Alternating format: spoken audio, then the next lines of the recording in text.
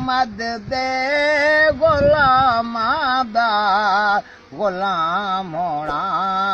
بھی کافی ہے۔ بسم اللہ الرحمن الرحیم۔ رسول اکرم صلی اللہ علیہ وسلم کی منقبت اور آپ علیہ الصلوۃ والسلام کی نعت کہنا اللہ رب العزت کی بھی سنت ہے،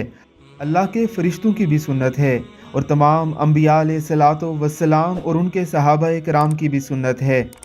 آج ہم آپ کے سامنے ایک بابا جی کی خوبصورت نعت رسول مقبول رکھ رہے ہیں، ذرا دیکھیے ان کی یہ عقیدت و محبت۔ محمد دے غلاماں دا غلام ہونا بھی کافی ہے، اے حاصل ہے غلامی دا مقام ہونا تا کافی ہے۔ میں تسبیح اور کی پڑھنی، میں جپنی اور کی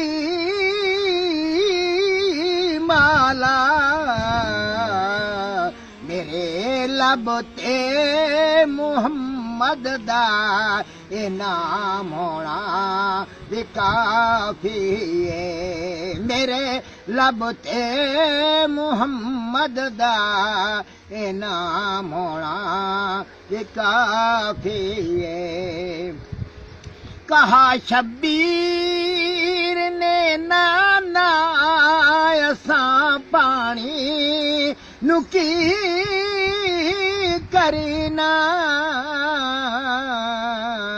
شبیر شبر دی امی زہرا، نبی دے گھر وچ ہے جمی زہرا، مقام تیرے نو کون سمجھے فرشتے جس دے نے کمی یارا، خدا نو سجدہ کرن دی خاطر، خدا نو سجدہ کرن دی خاطر تے رات منگدی ہے لمی یار، کہا شبیر نے نانا اساں پانی نو کی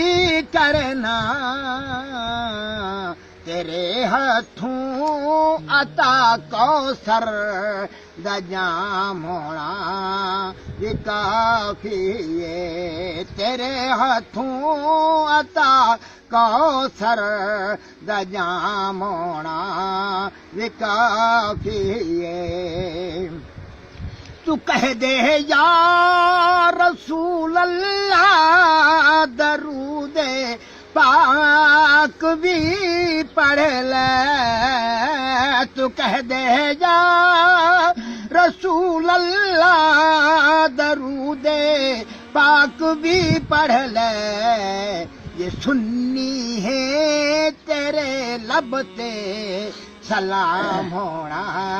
یہ کافی ہے۔ آخر کے شعر کیا تھا؟ زمانے بھر دے سکھ واللہ اساں حاکم نے کی کرنے، سنہری جالیاں تلے آرام ہونا بھی کافی ہے۔ حضرت انس بن مالک رضی اللہ تعالی عنہ فرماتے ہیں کہ رسول اللہ صلی اللہ علیہ وسلم نے فرمایا، تم میں سے کوئی مومن نہیں ہو سکتا